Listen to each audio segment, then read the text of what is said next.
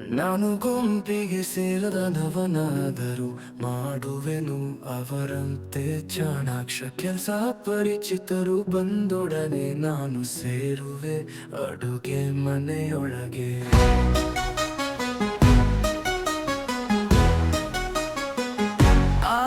ಅವರಿಗೆಲ್ಲ ಊಟ dining table ನಲ್ಲಿ ಮುನ್ನ ಊಟ ಭಾಗ ಶಾಲೆಯಲ್ಲಿ ದುಃಖಿಸಲಿಲ್ಲ, ನೊಂದುಕೊಳ್ಳಲಿಲ್ಲ. ತಿಂದುಂಡು ನಂಗೆ ಬಂತು ಬಲ, ಮುಖಕ್ಕೆ ಬಂತು ಕಲೆ.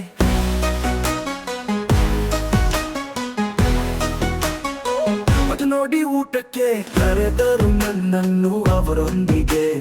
ಕುಳಿತು ಊಟ ಮಾಡು ಎಂದರು, ನಾನು ಏಕಾಂಗಿ ಎಂದು ಕೊರಗಲಿಲ್ಲ ಬಾಳು. ಇಷ್ಟೇ ಎಂದು ನಿರಾಶೆ ಪಡಲಿಲ್ಲ, ನಾನು ನನ್ನನ್ನೇ ಬೆಳೆಸಿ ಅವರೊಂದಿಗೆ ಬೆರೆತು ಬದುಕಲಾರಂಭಿಸಿದೆ. ನಾನು ಅವರಲ್ಲಿ ಒಬ್ಬನಾದೆ.